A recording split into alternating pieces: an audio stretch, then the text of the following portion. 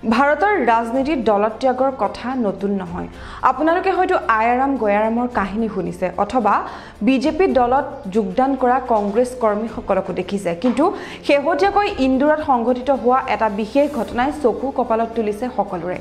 লোকসভা নিৰ্বাচনৰ প্ৰাকক্ষণত মনোনয়ন দাখিল কৰিবলৈ গৈছিল কংগ্ৰেছ দলৰ অক্ষয়কান্তি ৰাম নামৰ এগৰাকী সাংসদ, কিন্তু মনোনয়ন পত্ৰ দাখিল কৰিবলৈ গৈ তেওঁ বিজেপিতহে যোগদান কৰিলে।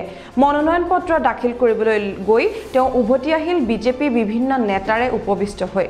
গুৰুত্বপূৰ্ণ কথা যে এই বিশেষ ব্যক্তিজন অক্ষয়কান্তি ৰাম নামৰ এই ব্যক্তিজন এটা মাটিৰ কেলেংকাৰীত সংযুক্ত হৈ আছিল আৰু সেই গোচৰৰ পৰা মুক্তি পাবলৈকে তেওঁ বিজেপি দলত যোগদান কৰিছে বুলি স্থানীয় লোক বা কংগ্ৰেছ দলৰ বহুতো নেতা কৰ্মীয়ে অনুমান কৰিছে।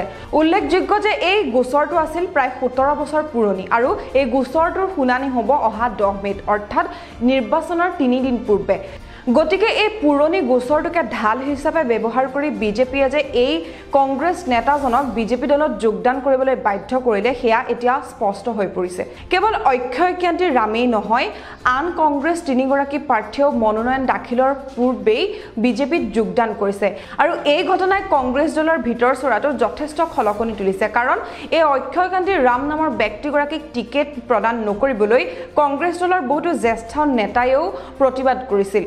এই ঘটনাৰ যোগেদি এফালে যদি অক্ষয়কান্তি ৰাম নামৰ ব্যক্তিগৰাকীৰ দুৰ্বলতা বা আদৰ্শহীনতাৰ ৰাজনীতি জলজল পটপটকৈ ওলাই পৰিছে, একেফালে কিন্তু কেনেকৈ মানুহৰ দুৰ্বলতাক ব্যৱহাৰ কৰি বিজেপি দললৈ আনিব বিচাৰে বিজেপিয়ে সেয়া এতিয়াও স্পষ্ট হৈ পৰিছে।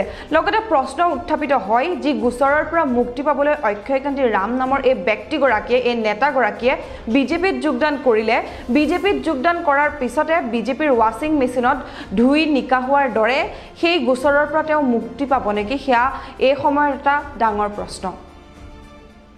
দেশক গদি মিডিয়াৰ কবলৰ পৰা বচাওক। স্বতন্ত্ৰ আৰু নিৰ্ভীক সাংবাদিকতাক সমৰ্থন কৰিবলৈ দ্য অপিনিয়নক সহায় কৰক। আপুনি যদি ফেচবুকত চাই আছে তেনেহ'লে ফ'ল' কৰক আৰু ইউটিউবত যদি আমাক চাই আছে তেনেহ'লে ছাবস্ক্ৰাইব কৰি দিয়ক। লগতে আমাৰ এই স্বতন্ত্ৰ সংবাদধাৰা আগুৱাই নিবলৈ স্ক্ৰীনত দিয়া একাউণ্ট নম্বৰৰ জৰিয়তে আমাক আৰ্থিকভাৱে সহায় কৰিবলৈ অনুৰোধ জনালোঁ।